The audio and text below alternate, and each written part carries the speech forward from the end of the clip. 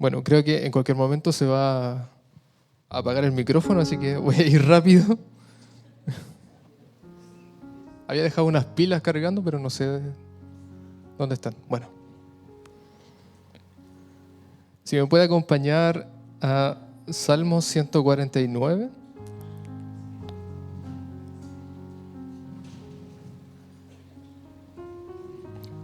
Salmos 149. Gracias, hermana Adriana. Del versículo 1 al 9. Bueno, si lo tiene por ahí, vamos a estar trabajando sobre este pasaje en particular.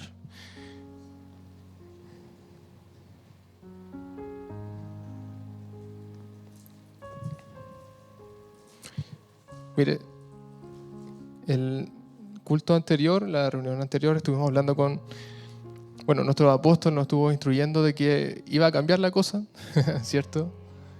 En un sentido, en cómo se iba a ministrar. Y no es que vamos a hablar de otra cosa que no sea Dios, ¿cierto? Es el centro, por supuesto. Sino que el enfoque va a estar orientado a unos puntos bien particulares.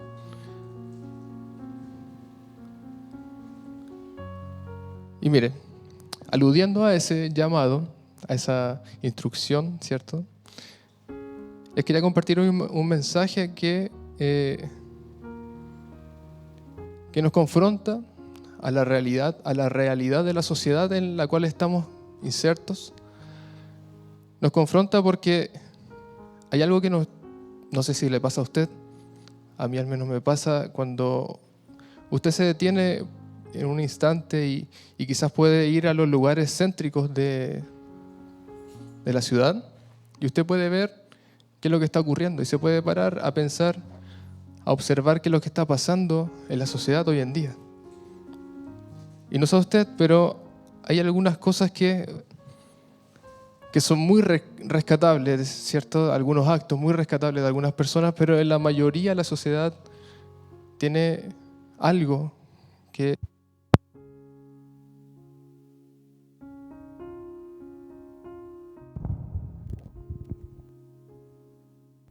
Sí, por ahí. Entonces, le decía, la sociedad tiene algo que te choca y muchas veces no sabes qué, pero hay algo en la gente muchas veces. Hay algo que tú no puedes decir, esa persona es la que me causa esto, sino que es algo espiritual. Amén. Y de eso se trata esto.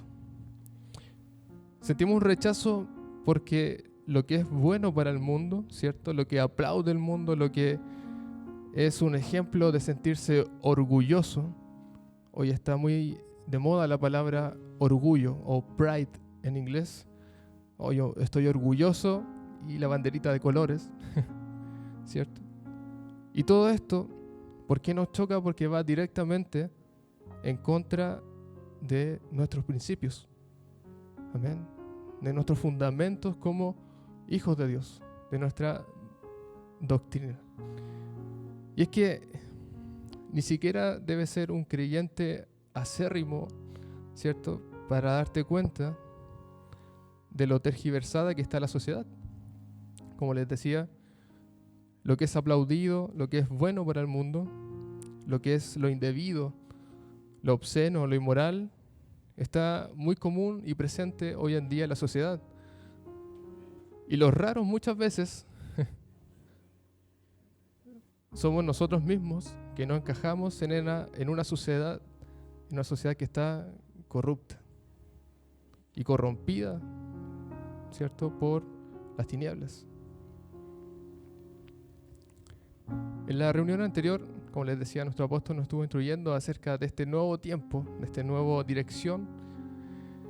Y algo que me gustó mucho y me dejó como, ¿cierto?, hay una enseñanza muy en particular, fue que esto acerca del libro de Salmos, ¿cierto?, que nos damos cuenta que este libro no solo son hermosos versos, ¿cierto?, textos, son cánticos para el Señor, sino que en el fondo, en su contenido de Salmos, son también textos proféticos. Eso es lo interesante. En el fondo, en su contenido, ¿cierto?, son libros proféticos. Y lo que me hizo pensar en ese momento es que a través de todo esto, de los salmos, ¿cierto?, y pensando en David, pensando en todo lo que pasó David para llegar a escribir todo ese tipo de mensajes, es que me daba cuenta que hoy el Señor nos da una poderosa arma para enfrentar todo lo que está ocurriendo en la sociedad, y eso no es ni más ni menos que la alabanza. Un arma poderosísima. Pero no solo, y ahí le quiero pedir a Raúl una ayuda, pero no solo la alabanza o la canción que cantamos muchas veces por repetición, y aunque no es incorrecta la alabanza, pero por ejemplo podemos escuchar algo como esto. A ver si Raúl me puede ayudar.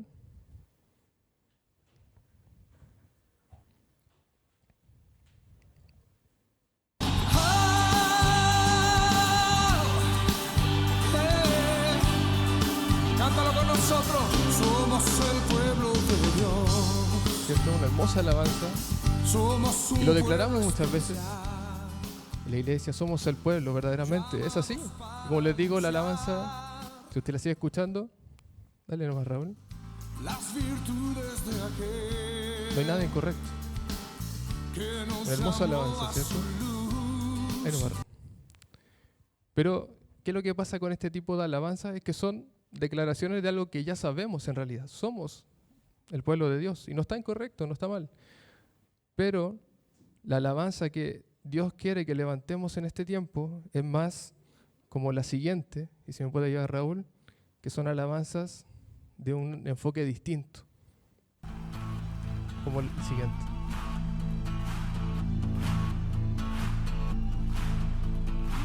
Aunque un ejército acampe contra mí, ¿Se recuerdan? no temeré. Aunque haya guerra hoy alrededor de mí, en ti confiaré. Mira, escuchen lo que dice. No temeré a 10,000 gentes que hagan sitio contra mí. Aunque la tierra se estremezca. ¿Se da cuenta la diferencia? Ninguna de las dos está incorrecta, pero una es algo de lo que ya sabemos, pero la otra tiene un enfoque distinto. Y por supuesto tenemos una alabanza que cantamos mucho acá, que es la siguiente. Dale un número.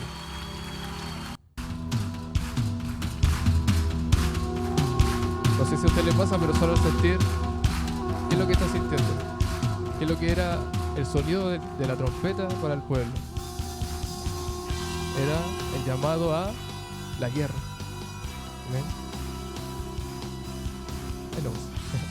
Y se fija, esa alabanza solo fue la introducción y ya usted sintió algo distinto. Porque en este tiempo el Señor quiere que levantemos este tipo de alabanza.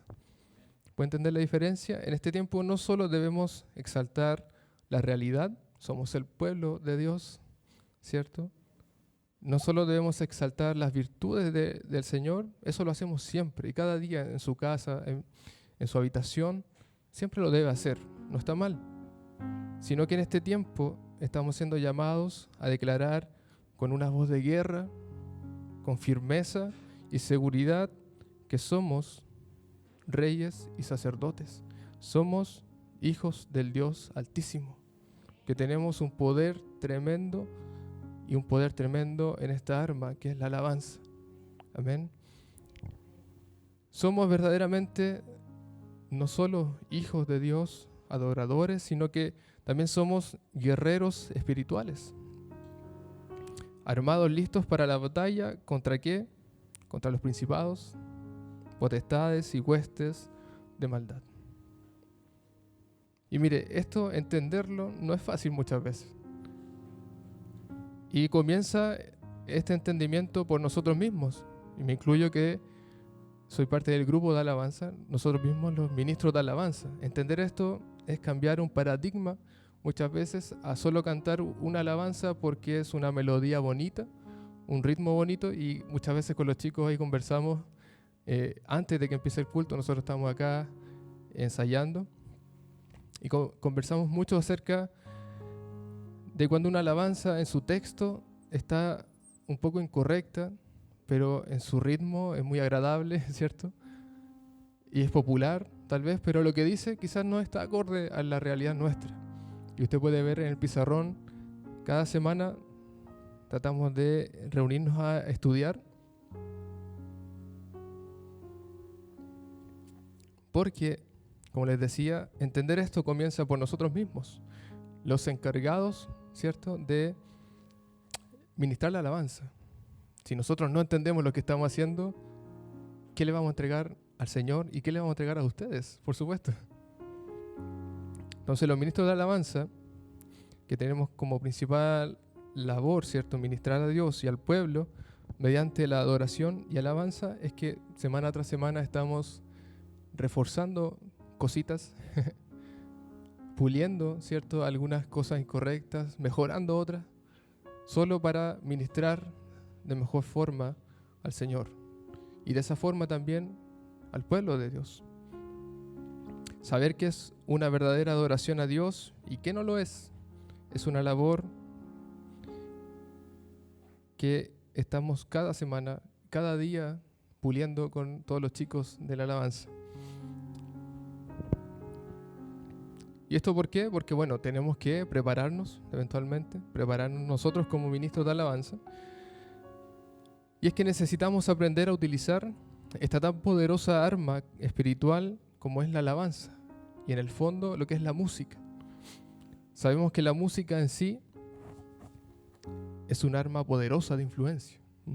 Usted, como les decía, si se detiene un minuto a escuchar lo que ocurre en la sociedad, la música que hay en la sociedad hoy en día, la influencia que genera la música hoy en día,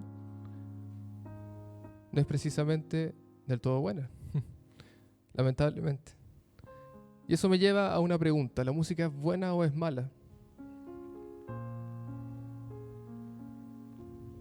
¿Será la música buena o mala? La música te puede llevar a un punto tan fondo y profundo de tristeza tal vez, ¿cierto? Y te puede elevar tan alto que te puede sacar de ahí. Ese poder tiene la música. Esa es la influencia, ¿me entiendes? Sabemos que la música y la alabanza está creada por Dios y para Él mismo, ¿cierto? Para exaltar su nombre. Pero el mundo hace uso de esta creación para cualquier fin. Y como es un arma de gran influencia, muchas veces es utilizada para los fines incorrectos.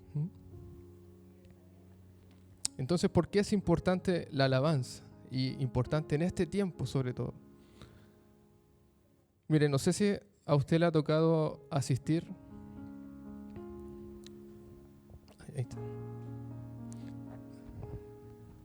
No sé si le ha tocado asistir a una iglesia e incluso acá mismo, muchas veces quizás como los días donde no hay ninguno de nosotros disponible, ¿cierto? Y en esa iglesia no existe un ministerio de alabanza, lamentablemente. O como les decía, incluso acá muchas veces no estamos todos los del grupo de alabanza. Y se debe alabar a Dios con música que está grabada. Sencillamente es lo que hay en ese momento. Y miren, no estoy diciendo que no se pueda alabar el nombre de Dios con música que está grabada, ¿cierto? Claro que sí, podemos hacerlo igualmente. Si no, tendríamos que tener a un ministro de alabanza con nosotros día y noche para poder alabar su nombre, ¿me entiende? Se puede alabar al Señor con música grabada, claro que sí. Pero ¿qué ocurre cuando en el lugar, en la iglesia donde usted asiste, hay un ministerio de alabanza, un grupo de ministros de alabanza, ¿cierto? Gracias. Sí. Entonces, ¿qué ocurre en ese lugar cuando usted entra y escucha el sonido de la batería, el sonido del bajo, que son los instrumentos que más resuenan porque son de frecuencias bajas, ¿cierto? Yo recuerdo que hace mucho tiempo, cuando tocaba bajo, y estaba a los inicios acá, me recuerdo que en una de las intercesiones o ministraciones que estábamos ahí, no sé si alguien me dijo o era yo que veía cuando tocaba el instrumento, el bajo, que salían como ondas expansivas en este lugar, en este sector, ondas expansivas que iban echando hacia afuera las tinieblas. ¿Se fija?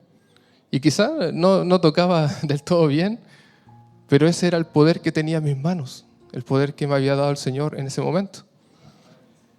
Entonces, ¿qué ocurre cuando en ese lugar hay un ministro, un ministerio, un grupo de alabanza, ¿cierto? Preparado para tomar este instrumento de guerra en sus manos, un micrófono, una batería, una guitarra, lo que sea, un pandero, un ministerio de danza, también por supuesto. Un ministerio que está listo para ir a la guerra e ir adelante rompiendo cadenas espirituales, liberando el espacio, como les decía, estas ondas expansivas que estaban echando hacia atrás, tinieblas, liberando la atmósfera para dar cabida solo a la presencia de Dios. Amén. Es distinto, muy distinto.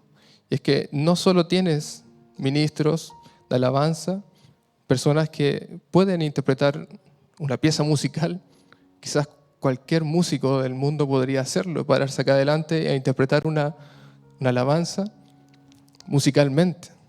Pero no, lo que tenemos en la iglesia muchas veces son verdaderos guerreros espirituales. No solo ministros de alabanza, sino que guerreros y adoradores y guerreros.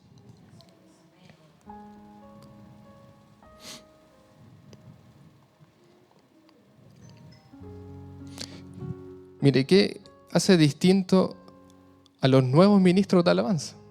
A los que están encargados de llevar esta nueva alabanza, esta nueva adoración. Si usted recuerda, y muchas veces de una forma equivocada, nos referimos a los ministros de alabanza como los levitas, ¿cierto? Y quizás porque ignoramos quizás lo que significa en el fondo. Pero es que los ministros que usted ve adelante no son linaje de la tribu de Leví. Yo que sepa, no desciendo de esa tribu. Es que no somos levitas, verdaderamente. ¿Cuál era la labor del levita? ¿Cierto? El levita estaba adorando al Señor, ¿cierto? Esa era su labor, estaba alabando al Señor. Pero, ¿cuál es la labor de los ministros de hoy en día? ¿No es solo alabar al Señor? Claro que no. Si no, yo no estaría aquí predicando, ¿me entienden? Los ministros de hoy en día son como dice el versículo 6 de Salmo 149, que es lo que dice el versículo 6. Exalten a Dios con sus gargantas y espadas de 2 filos en sus manos. ¿Cierto? Son ministros que mientras están alabando al Señor, que tienen en sus manos la espada lista, ¿me entiende? Leamos el pasaje Salmos 149, del versículo 1 en adelante. Dice, cantad a Jehová cántico nuevo, su alabanza sea la congregación de los santos. Alégrese Israel en su hacedor, los hijos de Sión se gocen en su rey, alaben su nombre con danza, con pandero.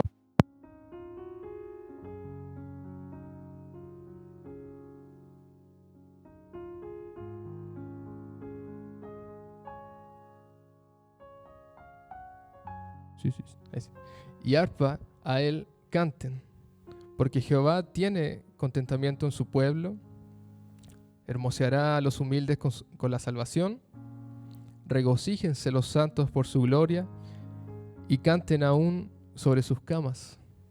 Exalten a Dios con sus gargantas y espadas de 2 filos en sus manos, para ejecutar venganza entre las naciones y castigo entre los pueblos, para aprisionar a sus reyes con grillos y a sus nobles con cadenas de hierro, para ejecutar en ellos el juicio decretado. Gloria será esto para todos sus santos. Aleluya. Libro profético, Salmos. Exalten a Dios con sus gargantas y espadas de 2 filos en sus manos.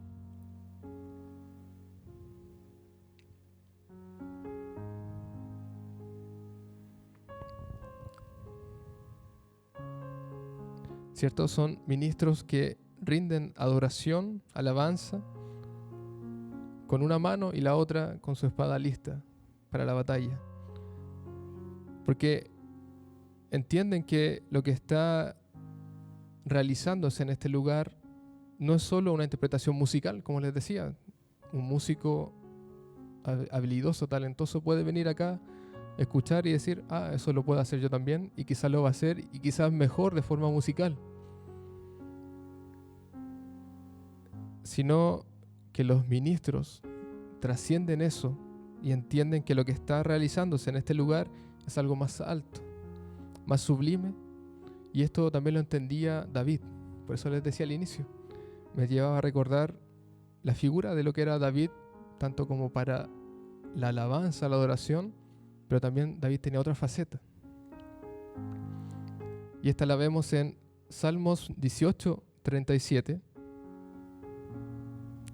Salmos 18:37.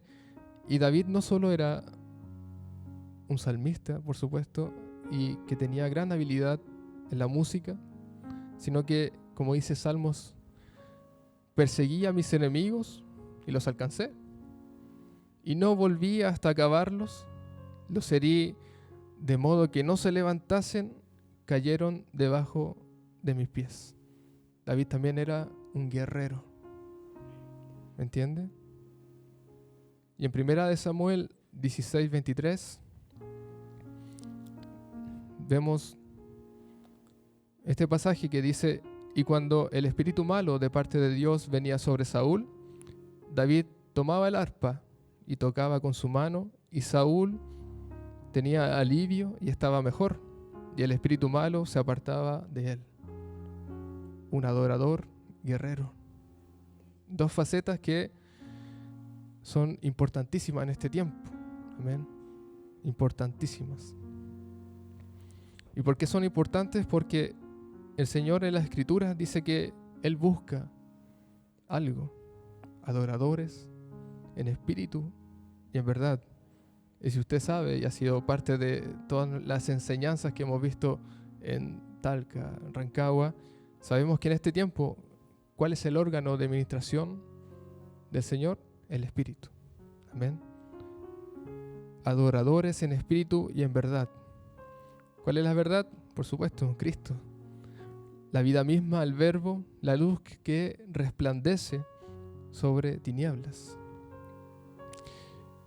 Esos adoradores en espíritu y en verdad que el Señor busca no solo son, y esto es lo importante de este mensaje, no solo son los ministros que se paran acá adelante a ministrar al Señor, ministrar al pueblo, interpretar musicalmente una adoración. No solo son estos ministros los adoradores en espíritu y en verdad, sino que somos todos nosotros. Y eso es lo importante. Es usted, soy yo, somos nosotros los que el Señor está buscando, estos adoradores en espíritu y en verdad. Como les decía, la alabanza hoy en día toma, y en este tiempo, un papel fundamental en lo que es un arma espiritual de guerra. En el ámbito terrenal, nuestra batalla, bien lo sabemos, es principalmente contra demonios y espíritus inmundos, los cuales operan en 2 formas distintas, ya sea dentro de una persona o fuera, ¿cierto? Y quizás en su ambiente, en su entorno. En Efesios 6:12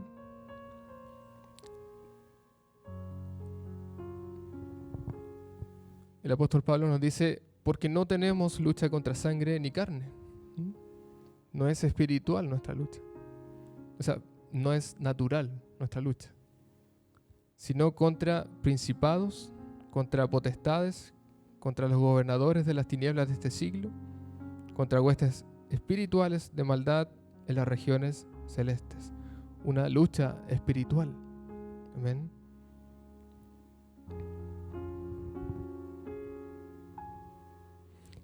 Y a continuación les voy a enumerar un par de acciones espirituales que podemos realizar en este tiempo en relación a la guerra espiritual. Número 1, ¿qué tipo de acciones podemos realizar en este tiempo? En ministrar la palabra de salvación, por supuesto, siempre.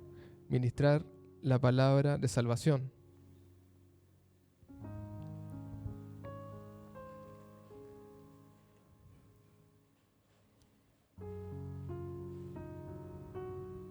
¿Qué nos dice este punto? Es que, bueno, básicamente de nada nos sirve pelear las batallas espirituales, las guerras espirituales contra estas potestades que leíamos en Efesios, si luego de acabada la batalla no vamos a tomar el botín, ¿cierto?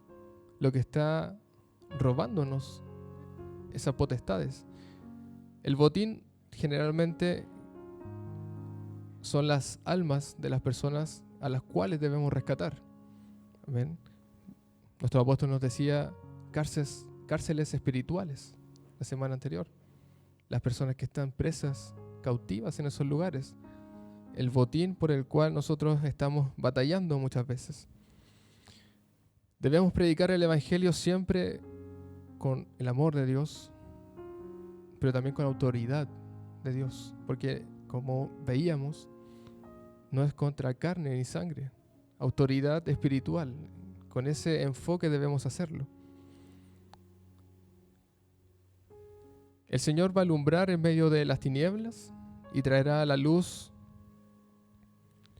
necesaria para que los que oyen crean y escapen de la esclavitud espiritual en la cual se encuentran. Debemos llevar a las personas inmediatamente, tratar de llevarlas a la confesión de fe, al bautismo y ministrar la salvación de Dios. Ese es el punto 1, ministrando la palabra de salvación. El punto 2, si está anotando ahí, nos dice que otra de las acciones que podemos realizar en este tiempo es ministrar la palabra de Dios a los discípulos.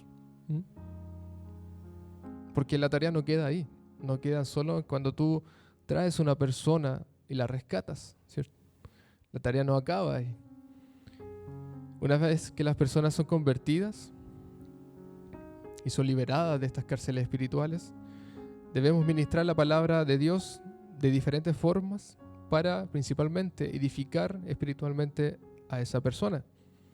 En 2 de Timoteo, capítulo 3, versículo 16 al 17,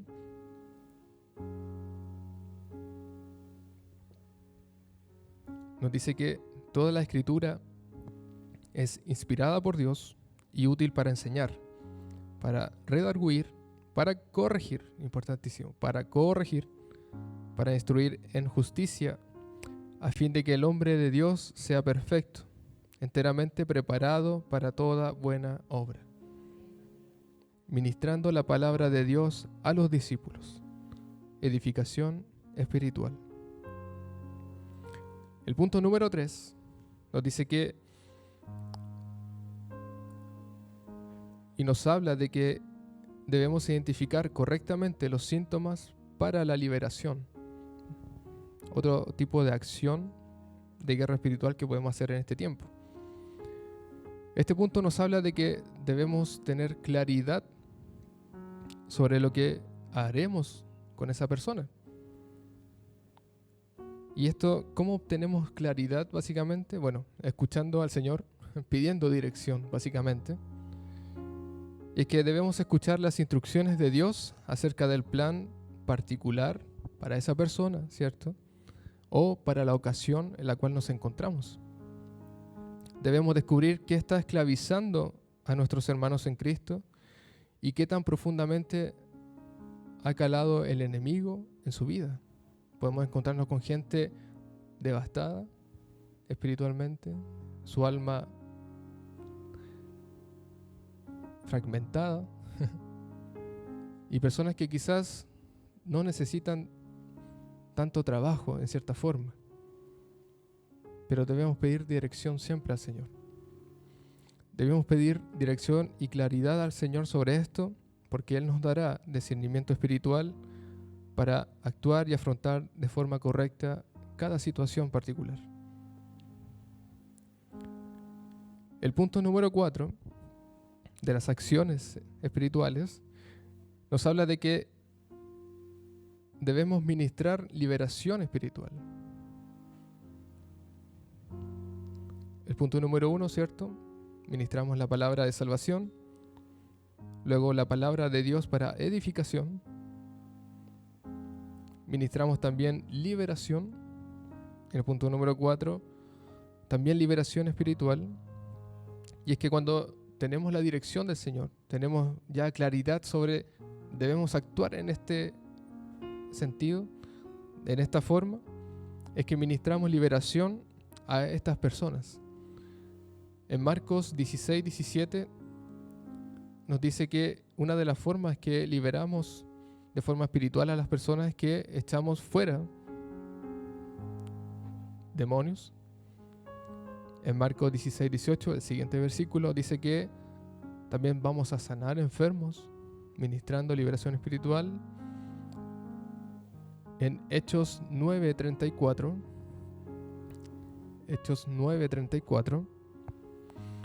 y le dijo Pedro: Eneas, Jesucristo te sana. Levántate y haz tu cama, y enseguida se levantó, ministrando sanidad. Y por supuesto, en Hechos 3:6 nos dice que esto lo debemos hacer de la siguiente forma. Mas Pedro dijo: no tengo plata ni oro, pero lo que tengo, nuestro tesoro, te doy. En el nombre de Jesucristo de Nazaret, levántate y anda. En el nombre de Jesucristo. Ministrando en el nombre de Jesús. En Lucas 13:11 y 12 dice que también ministramos liberación espiritual desatando y rompiendo cadenas. Y había allí una mujer que desde hacía 18 años tenía espíritu de enfermedad y andaba encorvada y en ninguna manera se podía enderezar. Cuando Jesús la vio, la llamó y le dijo: mujer, eres libre de tu enfermedad. Y en el versículo 16, y a esta hija de Abraham que Satanás había atado 18 años, no se le debía desatar de esta ligadura en el día de reposo. Amén. Desatando y rompiendo cadenas. Por supuesto que estos pasajes tienen un trasfondo y quizás mucho más profundo, pero ministrando liberación espiritual, desatando cadenas y rompiendo esas ataduras, ¿cierto? El punto número 5 nos habla que otra de las acciones que podemos hacer en este tiempo es que sujetemos la actividad demoníaca. En Lucas 10:17, sujetando la actividad demoníaca, Lucas 10:17, volvieron los 70 con gozo, diciendo: Señor, aún los demonios se nos sujetan en tu nombre. Y es que hay situaciones en que quizás no tenemos claramente la instrucción del Señor, o aún no hemos tenido la respuesta, o estamos ansiosos por que el Señor nos responda. Pero no debemos olvidar que tenemos la autoridad delegada del Hijo de Dios. Esta autoridad nos da el poder para echar fuera espíritus, ¿cierto? y también para sujetarlos. Como dice acá, aún los demonios se nos sujetan en tu nombre. Y así podemos limitar el accionar de estos demonios, porque sabemos que son buenos para hacer show, de alguna forma, y generar algarabía, generar un desorden, pero tenemos autoridad. Y quizás usted no tiene el plan y la dirección del Señor en ese momento tan claro, pero sí lo puede sujetar en el nombre de Jesús. Y por último, en el punto número 6, tenemos este llamamiento a la guerra en la tierra contra el ocultismo. Importantísimo, contra el ocultismo. Y mire, lamentablemente lo digo porque tenía un compañero de trabajo que quizás ya no estaba conmigo en el trabajo, pero en el último tiempo sí supe que su pareja era tarotista. Y me dio pena en realidad porque sabía que todos los problemas que él atravesaba con su pareja eran producto de que en realidad habían puertas abiertas en ese lugar. Y era una persona activa en ese sentido, la pareja de él. Lamentablemente se había ido ya al trabajo como para aconsejarlo. Y era triste ver lo que ocurría muchas veces, que tú dices que lamentable que no dejen entrar la luz, la verdad, a sus vidas, y sí las tinieblas, de alguna forma. La guerra en la tierra contra el ocultismo. Los brujos, chamanes, hechiceros, satanistas, adivinos, espiritistas y una infinidad de hombres que practican el ocultismo abierta o encubiertamente. Son ministros del reino de las tinieblas que cooperan, consciente o no, para que el dominio del diablo y los demonios sobre los hombres sea cada vez mayor y la destrucción de las vidas más profunda. Cuando yo salgo del trabajo, tengo que atravesar estas calles que son como así en X, allá en Las Condes, y usted va caminando y la gente va con su teléfono regularmente y en el suelo hay publicidad. Hay de repente estampillas en el suelo, números telefónicos, cosas. La publicidad no está en los árboles ni en las paredes, sino que está en el suelo. Y usted va caminando y dice, ¿tienes problemas en tu vida? ¿Quieres conocer el amor de tu vida? ¿Tienes problemas, no sé, en el amor? ¿Quieres atar a esa persona? Y así abiertamente. Y ese tipo de cosas son las que, les decía en el principio, son las que el mundo aplaude y por las cuales siente orgullo, porque dicen, ¿y qué problema tenemos en hacer esto? Pero nosotros sabemos que el problema es ese precisamente, la expansión de las tinieblas. Mire, en Ezequiel 13, 18 al 21, vaya a ese pasaje mientras le leo lo siguiente. Entonces tenemos a estos hombres y mujeres, por supuesto también, que trabajan en el ocultismo y que son, así como el Señor tiene ministros, ¿cierto? El demonio, el diablo también tiene ministros que le están sirviendo. Pero déjeme decirle que la única que puede hacer frente a estos poderes es la iglesia. La iglesia. Usted y yo, el cuerpo de Cristo, la única que puede hacer frente a estos poderes y la única capaz de destruir con el poder y autoridad del Señor los males que los ocultistas producen en las personas. Jesús nos envió para deshacer las obras del diablo. Ezequiel 13, 18 al 21. Y di, así ha dicho Jehová el Señor, hay de aquellas que cosen vendas mágicas, ocultismo, para todas las manos y hacen velos mágicos para la cabeza de toda edad, para cazar las almas.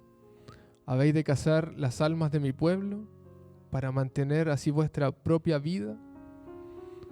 Y habéis de profanarme entre mi pueblo por puñados de cebada y por pedazos de pan, matando a las personas que no deben morir y dando vida a las personas que no deben vivir, mintiendo a mi pueblo que escucha la mentira.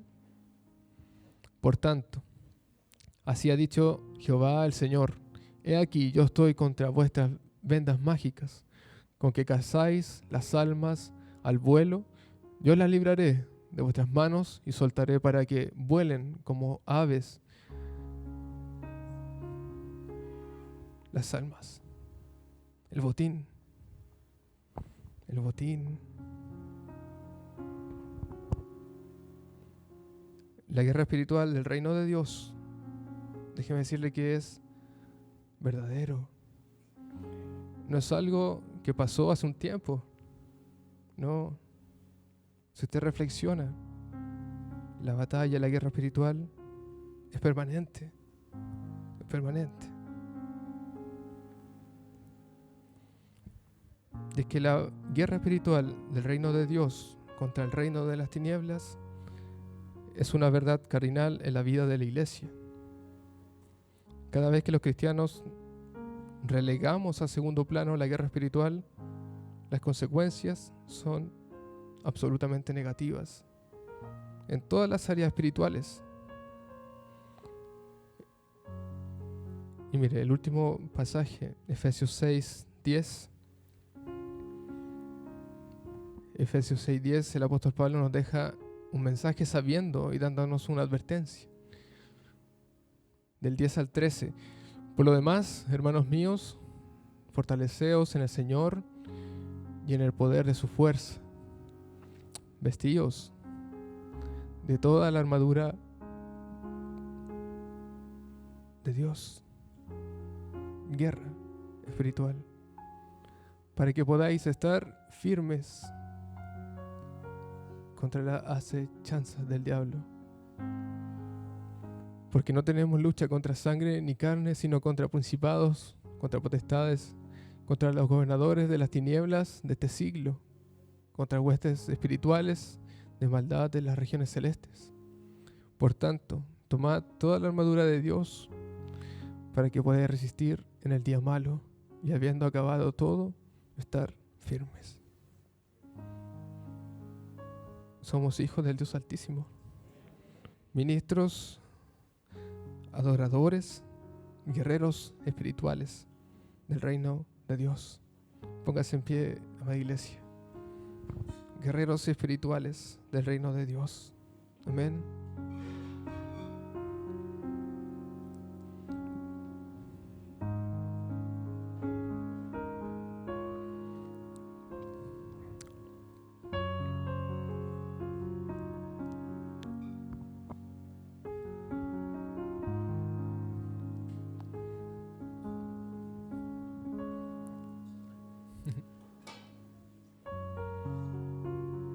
Mire, si puede tomarse un momento para adorar al Señor, ministrar al Padre, en reflexionar en lo que estamos viviendo hoy en día, en que la guerra espiritual, como les decía, no es algo que pasó hace 20 años, no es algo que pasó hace 30 años, no es algo que aquellos pelearon, no, la guerra espiritual está presente hoy y vigente día tras día en usted personalmente, en su familia, en el lugar que lo rodea, en la sociedad, ¿cierto? En su comuna. Guerra espiritual. Si puede inclinar su rostro para reflexionar sobre esto mientras podemos alabar al Señor.